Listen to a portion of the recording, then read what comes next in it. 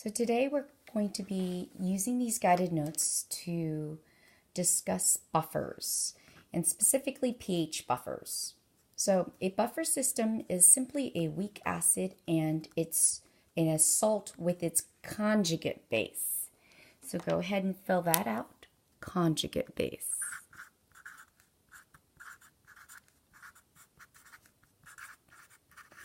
Now the reason why it's these two components, including also there's different ways to make buffers, and this is just one of the ways. A weak base and a salt with its conjugate acid.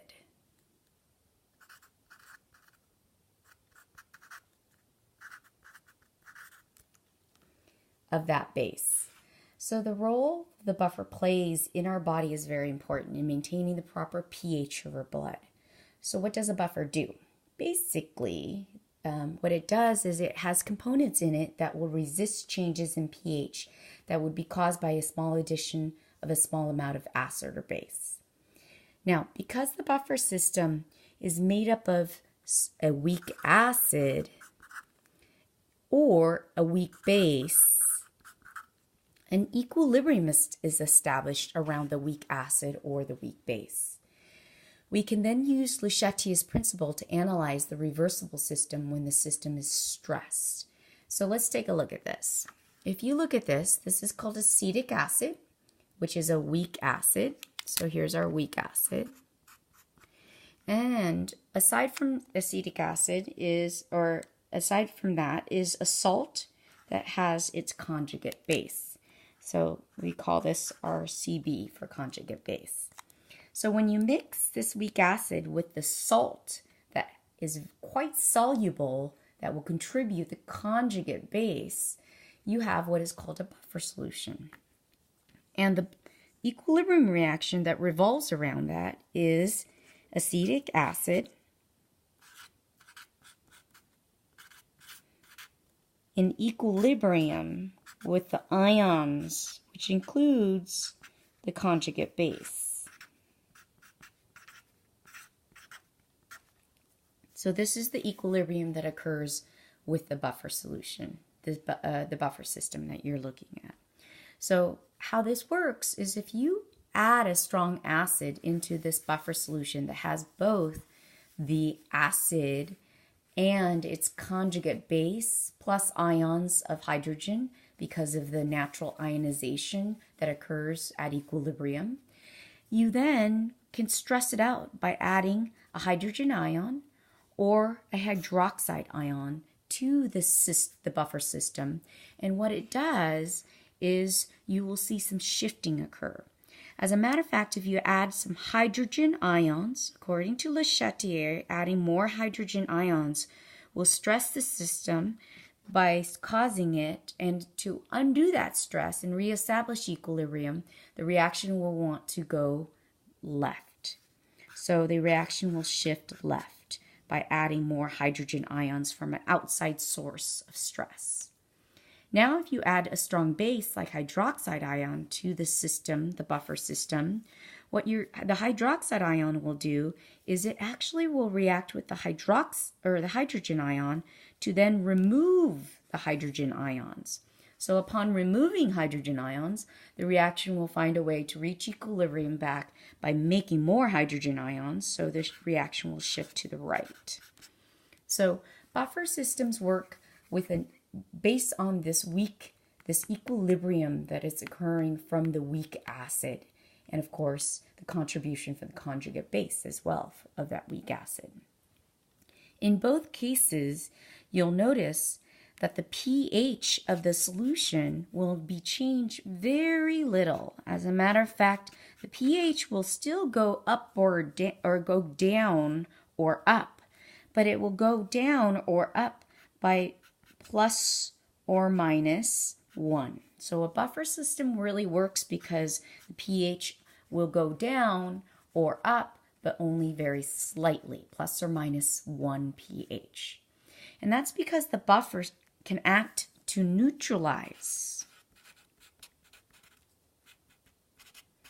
either the strong acid that's added or the strong base that is added to the system that's at equilibrium. So, the blood is slightly alkaline with a pH of 7.4. In your body's blood system, it has two buffer systems. One is a carbonic acid bicarbonate buffer system, and the other one is a dihydrogen phosphate hydrogen phosphate buffer system. And so we're going to write a bunch of neutralization reactions for each to describe how the buffer systems resist changes in pH with a small addition of acid or base. And so the good thing to do is when you start, you always identify what you have, the weak acid and its conjugate base. Likewise, here you have a weak acid and its conjugate base as well. Now, notice the acid will react with the conjugate base. The base will react with the acid when you're neutralizing and you're adding these stresses to this system right here. So when you add acid, which is H plus ions, to this buffer system, the first buffer system, which is the carbonic acid bicarbonate buffer system, what happens is the acid is going to react with the conjugate base. So the H plus ions will capture the conjugate base, which is the bicarbonate ion, to neutralize it and form your carbonic acid.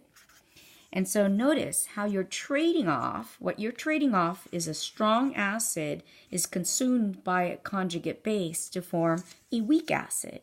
So the pH is still going to go down because you're forming a weak acid, but it's not going to be going down as much because the strong acid has been consumed by the conjugate base. Likewise, if you add base, which is hydroxide ion, to this buffer system right here, the acid, which is carbonic acid, will react with that strong base and, of course, consume it, which means it's not available anymore in the solution. Upon consuming it, you'll see that the base will capture one of the hydrogen ions, leaving the conjugate base of that weak acid available. Again, you're trading a strong for the conjugate base, which is weak. And of course, this is neutral. So the conjugate base is weaker than the strong base that you have. So the pH is still going to go up, however, only so slightly. And so maintaining within the range of plus or minus 1 pH. Now, I want you to do this. If you could pause the video and just go ahead and work through this second example right here. That would help you to visualize how buffers or adding a small amount of acid or base, this buffer system will neutralize the solution. So let's pause. Okay, so now when a strong acid is added or a strong base, again, a recommendation is to identify which one is your acid and which one's your base, conjugate base in your buffer system, so that when the acid is added, you know the conjugate base is going to react with it, which is hydrogen phosphate. And it's going to neutralize it to form, since this is a base, this is an acid, it's going to form H2PO4 with a -1 charge. In this case, hydroxide ion is added, and so you are going to react so this is a base, you're going to react the acid, which is H2PO4 minus, and it's going to neutralize it to form water and, of course, the conjugate base, which is hydrogen phosphate. Okay, so once again, you're trading off. You're trading off the strong for something slightly weaker or a weak acid. Again, you're trading off and consuming the strong so that you can form the weaker base, the conjugate base. So that's how you buffer the solution. You prevent the pH from significantly going up or down. So let's look at this second half, the back side. Turn to the back side. It says right up here, diluting or concentrating a buffer solution does not change its pH, but will change the buffer capacity. So if you dilute or you concentrate it, you're actually going to increase the buffer capacity Concentrating it will increase the buffer capacity. Diluting it will decrease the buffer capacity. So it says right here, consider the following 3 buffers. And notice how it's a weak acid and the salt that has the conjugate base in there. Same thing here, same exact weak acid and conjugate base. Weak acid and conjugate base. But notice how the concentrations are different for each of these buffer solutions. It says right here, since all are the same weak acid, the Ka value is the same. The Ka is actually equal to the hydrogen ion concentration, and so the pH will be the same as well. Remember that weak acids and bases ionize slightly, so the acid Ka will be the same regardless of the concentration. The gut buffer capacity, on the other hand, is the amount of acid or base a buffer system can absorb without having a large change in pH. The higher the molarity of the buffer, the greater the buffer capacity in the end. So greater the buffer capacity. So we're going to rank the 3 in the order of increasing buffer capacity. So look at A, B, and C. Notice the one that has the higher concentration will have the higher buffer capacity. So we're ranking it by increasing buffer capacity. So the weakest one will be C. C, then B, then A. A has the highest concentration, highest buffer capacity. C has the lowest concentrations, so lowest buffer capacity. Now, let's go ahead and look at this next part right here. Circle the pairs that make up a buffer solution and determine the pH of each combined solution. So you're actually, this is where you really do have to know your strong acids and bases and whether you can identify your acids and bases. If you look at this first one, you have a strong base and a strong acid. So you know when you combine these 2 solutions of equal molar, of course, your solution is going to be pH of 7. Now, is this a buffer? No, it is not a buffer. It's not made up of something weak. Weak acid or its conjugate base, weak base and its conjugate acid, or weak acid or weak base. And so let's look at the next one. This is a strong acid. High sulfuric acid is strong.